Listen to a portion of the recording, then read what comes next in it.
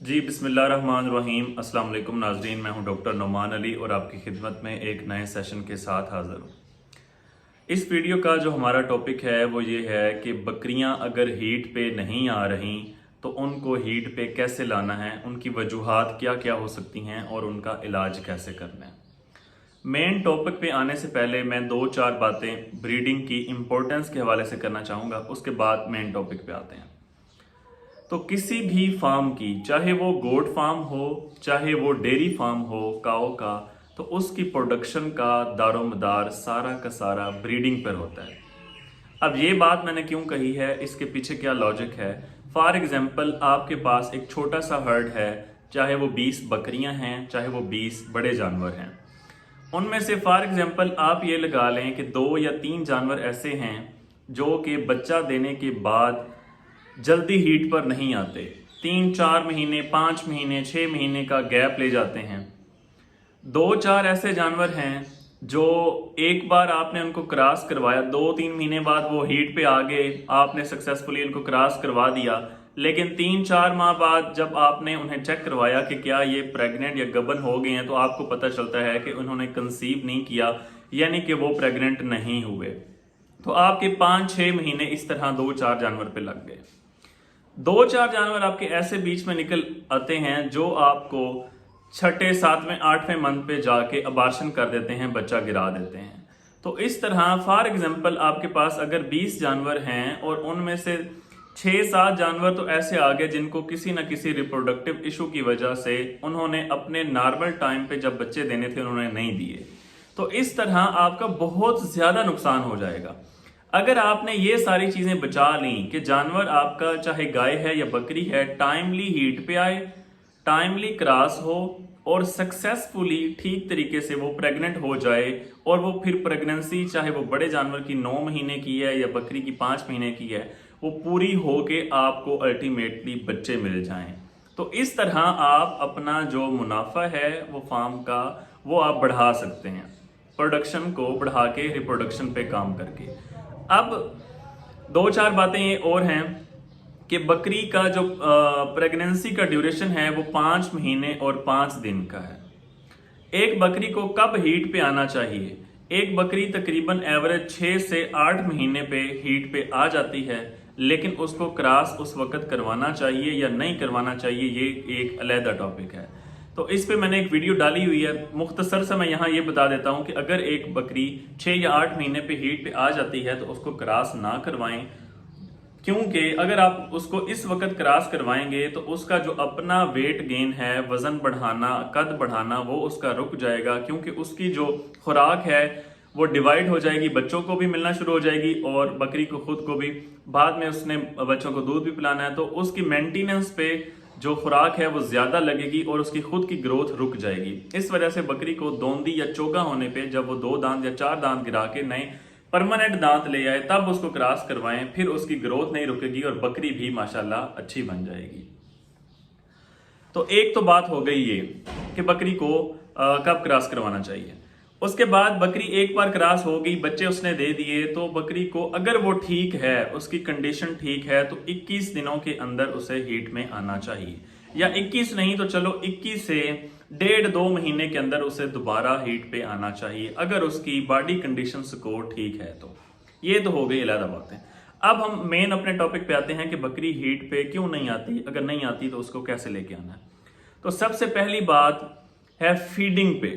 अगर आपने balance diet खिलाई हुई है बकरी को, उसकी प्रोटीन, उसकी एनर्जी, उसके मिनरल्स, कैल्शियम, पोटाशियम, फास्फोरस, ये वो आयरन, सारी चीजें उसको बराबर मिकदार में मिल रही हैं, तो बकरी अपने टाइम पे हीट पे आएगी, अपना वजन जल्दी गेन करेगी और टाइम पे हीट पे आ जाएगी। चाहे वो पहली बार है तो वो 6 से 8 महीने के अंदर हीट पे आ जाएगी। अगर उसकी मुतवाजन खुराक नहीं है तो वो पहली बार भी हीट पे आने में देर करेगी और 10, 11, 12 महीने पे चली जाएगी। तो इस तरह आपकी जो प्रोडक्शन है वो लेट हो जाएगी।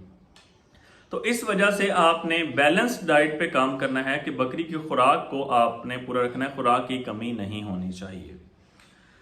अब अगर आपने खुराक पूरी कर ली है तो उसके बाद अगर आपने जानवर को डिवर्मिंग नहीं कराया हुआ तो पेट के कीड़े जो हैं वो सारी एनर्जी वही हासिल करते रहेंगे। ये भी एक वजह हो सकती है बकरी के ना हीट में आने की। तो पहली बात तो है कि अगर आपका जानवर कमज़ोर है तो उसकी खुराक बेहतर करें।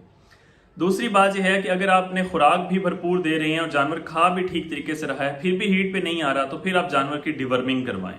हो सकता है कि पेट के कीड़े हों और खुराक उन पे लग रही हो, इस वजह से जानवर की एनर्जी जानवर को नहीं मिल रही, तो इस वजह से वो हीट पे नहीं आ रहा।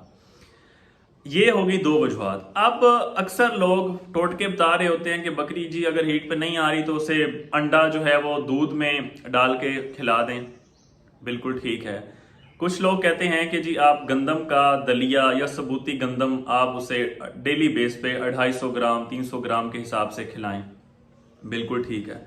कुछ लोग ये कहते हैं कि आप जानवर को वंडा खिलाएं। ठीक है।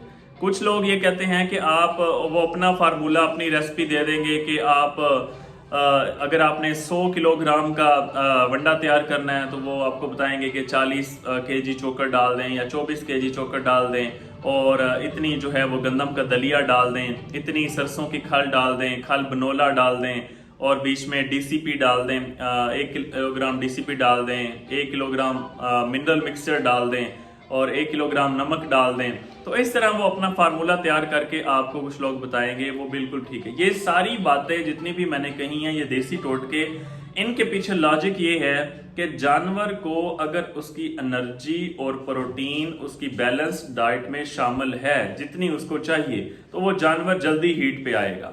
अब चाहे आप अंडा ले लें, उसको दूध में डाल के आप पिलाएं, जरूर पिलाएं, चाहे आप उसे गंदम डालें, चाहे आप उसे वंडा डालें, चाहे अपना बना के डालें या बाजारी वंडा डालें, ये सारी चीजें एनर्जी और प्रोटीन की बेहतरीन सोर्सेज हैं।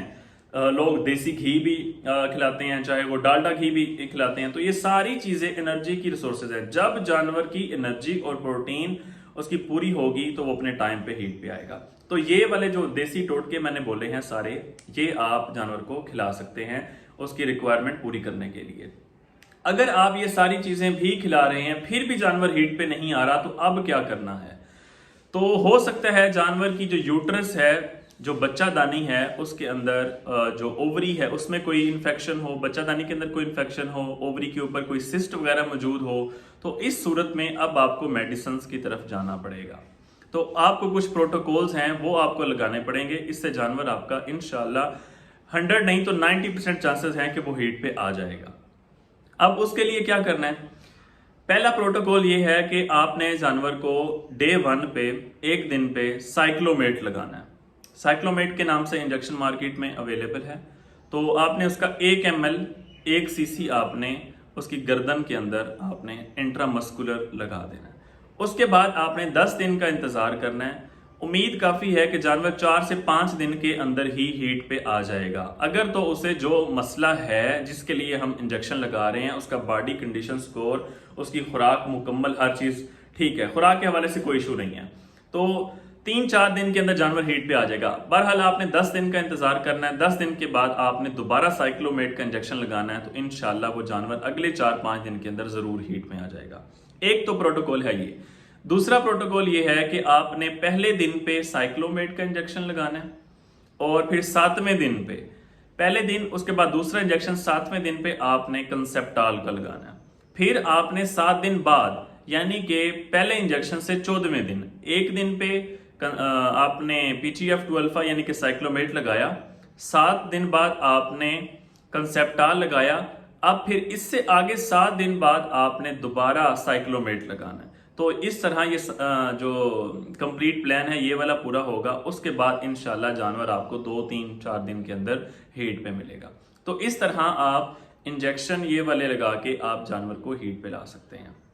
उसके बाद अक्सर ये लोग सवाल करते हैं कि जानवर ने एक बार बच्चे दे दिए, अब दोबारा वो हीट पे कितनों दिनों बाद नॉर्मली आना चाहिए, और अगर नहीं आता तो क्या करें? तो उसके लिए भी यही सेम प्रोटोकॉल है कि अगर जानवर हीट पे नहीं आ रहा तो उसकी खुराक वगैरह पूरी करें। अगर खुराक पूरी आपने की हुई है तो उसके बाद ये इंजेक्शन आप लगा सकते हैं। उसके बाद एक और बड़ी वजह हीट पे ना आने की कि आप बच्चा दिया जानवर ने, जो प्लेसेंटा है जिसे आम अल्फाज में जेर कहते हैं, वो अगर अंदर रह गई है तो वो नहीं निकाली, सबसे पहले तो आप फौरन ये कोशिश करें कि वो अगर खुद जानवर निकाल देता है तो ठीक है, वरना उसे निकलवाएं। जो आपके करीब वेटनरी असिस्टेंट्स वगैरह या वेटनरी सर्विस है तो आप उन्हें बुलाएं और वो जो प्लेसेंटा, वो जो जेर है उसे निकलवाएं। अगर वो उसका कुछ हिस्सा अंदर रह जाएगा तो जानवर के अंदर इन्फेक्शन होने के चांसेस हैं, तो उसका आप ट्रीटमेंट करवाएं। वरना उससे उससे साइंस वगैरह ये पैदा होंगे कि जानवर के करीब से स्मेल आना शुरू हो जाएगी बहुत गंदी, तो वो आप उसका इलाज करवाएं। उसके बाद जानवर हीट पे आ जाएगा। उसके बाद कुछ और डिजीजेस भी हैं जिनकी वजह से जानवर हीट पे नहीं आता। वो चूंकि यूट्रस से उनका ताल्लुक है सारा, तो मेट्राइटिस वगैरह डेवलप हो जाती है। तो वो जब जानवर बच्चा देता है तो जानवर की विजाइना, यूट्रस ओपन होती है, तो कुछ बैक्टीरिया जो हैं वो जानवर के अंदर इंटर हो जाते हैं और अंदर जाके इन्फेक्शन क्रिएट करते हैं। उस इन्फेक्शन की वजह से जानवर की जो विजाइना है, जो नेचुरल ओपनिंग है, उससे पस वगैरह निकलती है, वो आपको साफ दिखाई देगी। वो ब्राउन कलर की भी हो सकती है, वो रेडिश कलर की भी हो सकती है, वो वाइटिश ग्रेन्यूल्स भी हो सकते हैं। तो उस सूरत में अगर कोई आप ऐसा डिस्चार्ज देखते हैं तो आप फौरन अपने जो वेटनरी सर्विसेज हैं आपके इर्द गिर्द, उनसे आप कांटेक्ट करें तो उसका आप ट्रीटमेंट करवाएं। उसके बाद अगर वो चीज़ रहती है, वो जानवर को मार भी सकती है, उससे जानवर की डेथ भी हो सकती है। उससे ये है कि जानवर खुद रिकवर हो के फिर जानवर हीट पे जल्दी नहीं आएगा, फिर आपको उसका ट्रीटमेंट करवाना पड़ेगा। तो अगर ऐसी सूरत पैदा होती है तो आप ज़रूर जानवर का टाइमली ट्रीटमेंट करवाएं। तो ये कुछ पॉइंट्स थे। खुलासा इसका ये है कि सबसे पहली जो बात है वो है जानवर की डाइट, मुतवाजन खुराक होनी चाहिए, मिनरल मिक्सचर वगैरह ऐड होने चाहिए, प्रोटीन एनर्जी की कमी जानवर को नहीं होनी चाहिए। दूसरी बात यह है कि जानवर के यूट्रस के अंदर कोई इन्फेक्शंस वगैरह हो सकते हैं, ओवरी के ऊपर सिस्ट वगैरह हो सकती है। तो इसके लिए मैंने आपको बता दिया है कि आप जो ये प्लान मैंने आपको बताए हैं, ये 2 प्लान आप फॉलो करें, इंशाल्लाह आपका जानवर हीट पे आ जाएगा। तो अगर कोई बात रह गई है या कोई क्वेश्चन पूछना चाहता है तो आप कमेंट सेक्शन में पूछ सकते हैं। चैनल को सब्सक्राइब कर दें। बहुत शुक्रिया।